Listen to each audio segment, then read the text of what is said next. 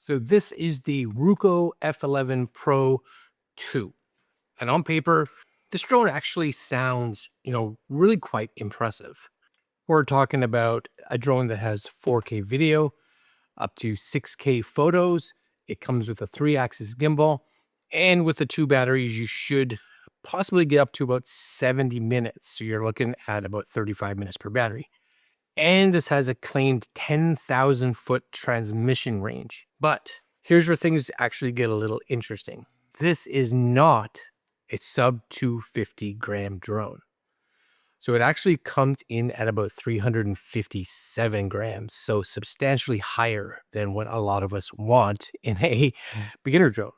So this means, you're going to have different rules, different expectations, and honestly, different competition, because now you're into a field, of course, that you have to kind of have registration.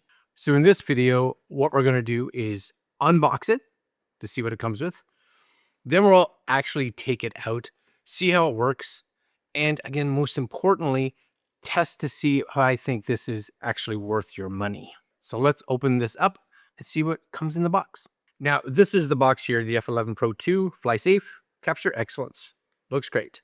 Yes, a few little things in the back. Of course, 3-axis brushless gimbal, 4K 30 frames per second, long range, super long flight times. Get a whole bunch of extra stuff here. But again, one of the things that they really don't mention here is the weight, which is a bit of concern, because if you are new to drones, and in most areas, especially here in Canada and the US, that 249, 250 gram weight limit is kind of that limit that we like to play under if possible. Unless, of course, we're going into a pro level drone. This falls above that. So is that a concern? Possibly. Anyway, I've taken it out already. And this is what comes in it. You get this lovely little carry case, which 100%, very nice. I like the fact that it came with this. And when you open it up, there it is. Yes, I'll spin this around maybe this way. There's all your goodies. So you're going to get the drone. You're going to get the controller. There's your 2 batteries. I've actually taken them out and charged everything already. You are going to get some extra stuff in here. You're going to get your little, I think this is your little controller knobs, right? Because I think this is an extra set, because you do get a set that are here already, which is kind of nice. And then in the top here, you do get this, which I think is kind of cool, actually. For those that are learning to fly, you can put this on there when you're learning or before you fly. It kind of tells you what all the controls do. I think that's kind of cool. There is your manual. You get a flight step. So it does say you need to download the app. So it has out there. Make sure everything's charged.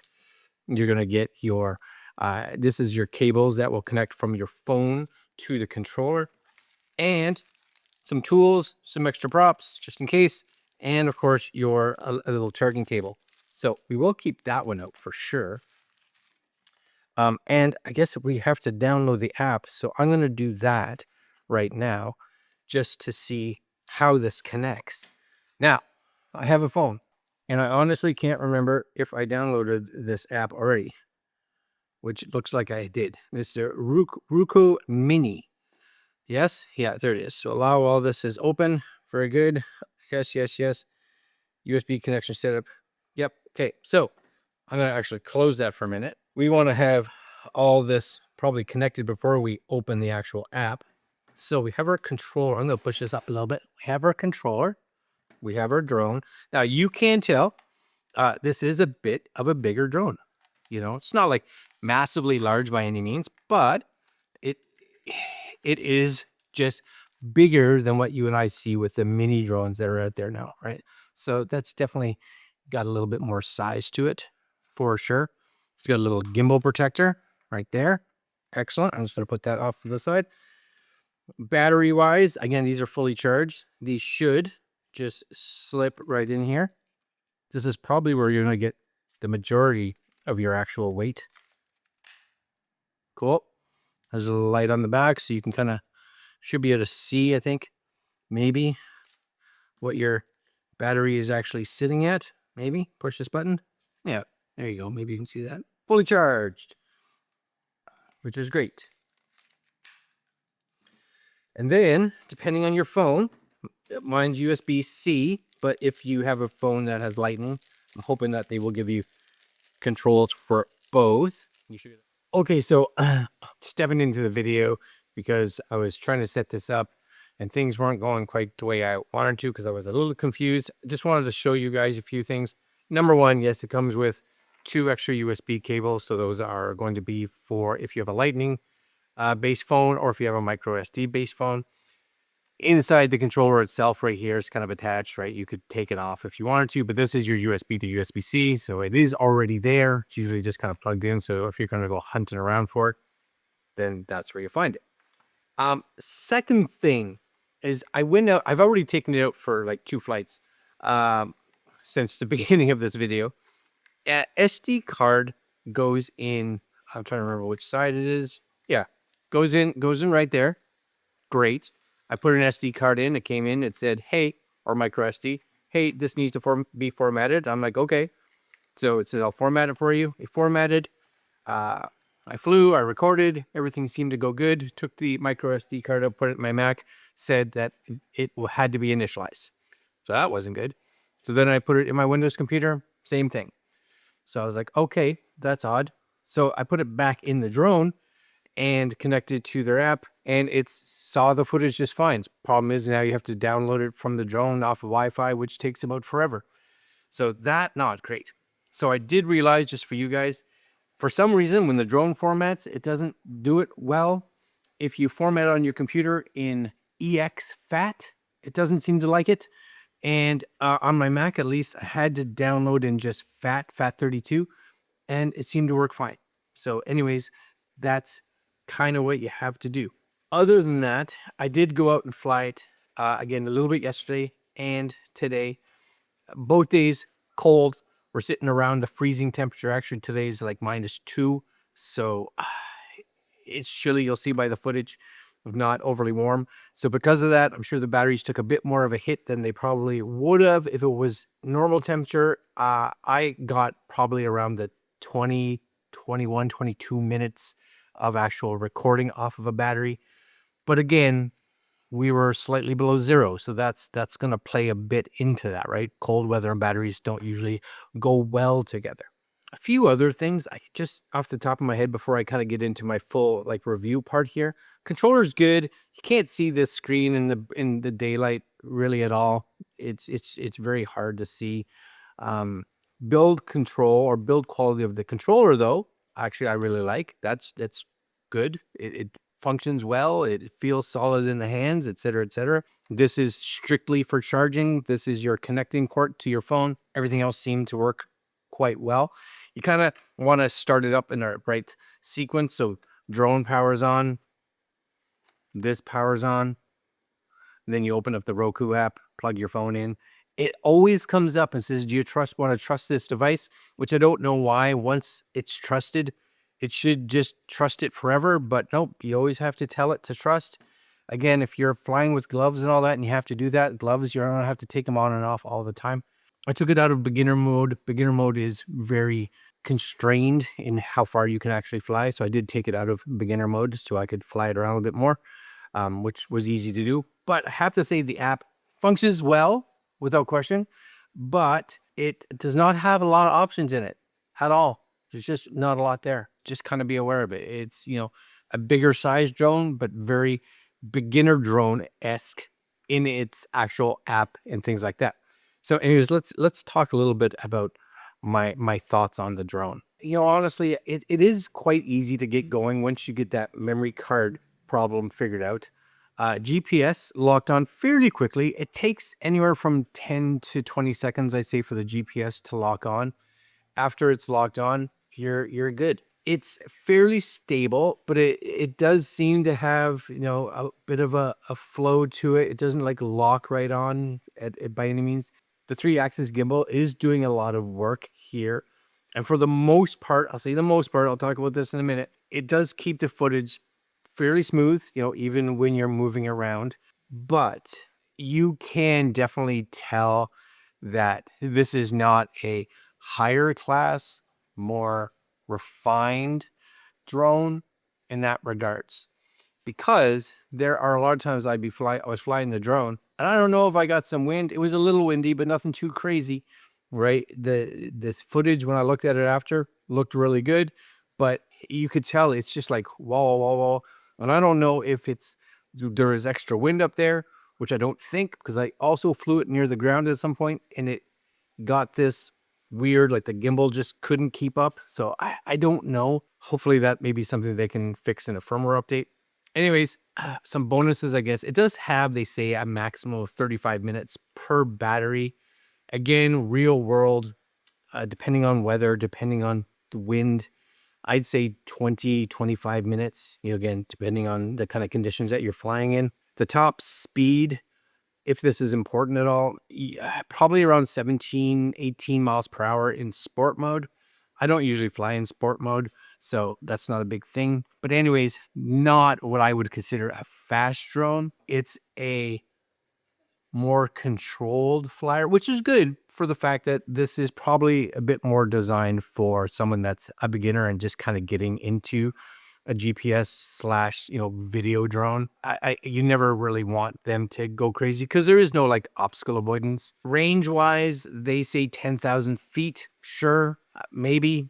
I don't know. Of course, where I live and where a lot of people live, it has to be in line of sight, so does it really matter? But I did get it a few hundred meters out, and the signal coming back to the controller and the phone, good. I didn't really have any real problems for my distance. Again, keeping it in line of sight for any kind of like video breaks or signal drops.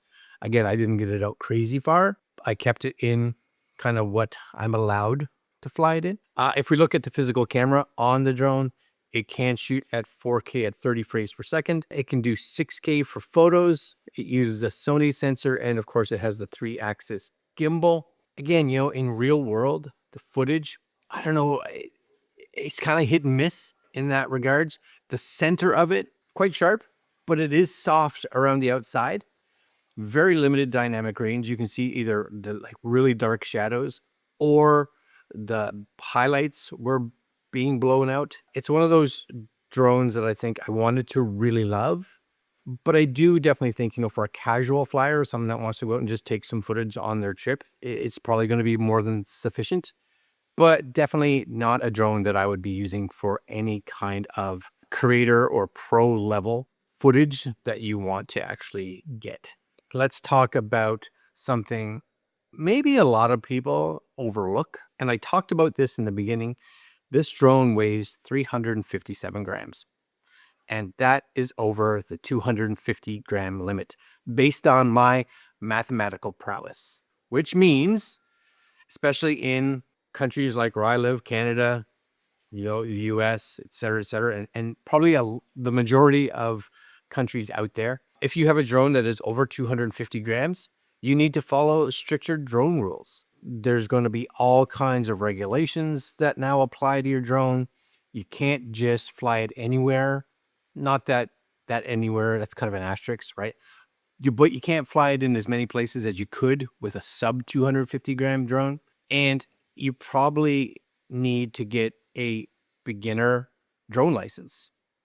So the big thing is this looks like a small drone, but honestly, it performs more like a budget midweight drone.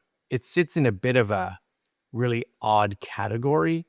And usually when you see a drone that, is under 250 grams, I'm always a little concerned with wind. I've actually flown my drone in pretty high winds. Now, this actually says that it can fly in a class 5 wind, and maybe it can fly in it, but, it definitely struggles. Not only just struggling in its actual ability to fight the wind, but in its ability to keep that gimbal steady. It's almost like it was designed to be flown in perfect, bright, sunny days with the sun at its back and no wind. Again, it does have some issues for sure. Now, I don't want to completely go against this drone. There is some pros, 100%, right?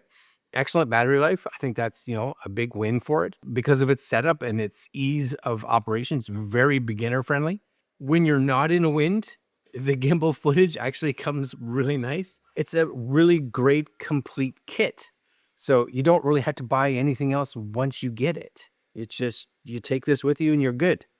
But again, with all pros, we have those cons. Camera quality, I would say, is average. And that's for video and for photo. Even in the photo, it is soft and noise creeps up really fast. Range, I don't know if you'll get what it says it will. I can't prove it. Not overly great in the wind. And of course, in a drone that is now in mid-size, it still has no like obstacle avoidance or anything like that. So you really do have to be aware of where this is. So I would say after testing the F11 Pro 2, here's my honest take on it. This is not a competitor to some of the big brand names out there by any means.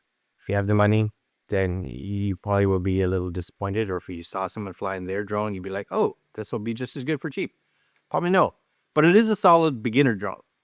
Again, great battery life and very easy to control. I do wish this screen was brighter. You just can't see it outdoors. 100% the biggest downside is that because of its weight, is now in its upper category. It's in a category that takes it out of a beginner drone. It puts it into a mid-range drone, right? Because of its weight. You now have to have all kinds of registrations and licenses, et cetera, to fly this. And because of its weight, it now goes against bigger and better drones again. Now those guys have drones that are even better. It definitely starts to fall behind. Now, price, of course, may be a big thing. And if price is the overall concern, then maybe it's good. Maybe you'll be like, yeah, I'm down with that. Anyways, I would like to hear from you guys in the comments. Would you actually buy something like this over, let's say, one of the other brand name, let's say, mini drones? Or do you care about the 250 gram limit? And if you actually own this drone, what are your thoughts on it? Anyways, that's it for me today. I will leave links below to where you can pick one up. I try to read the comments. Maybe they'll get a firmware update or something down the road. Anyways, that's it for me. Links down below. Like, comment, share, subscribe, and I'll see you guys next video. Later.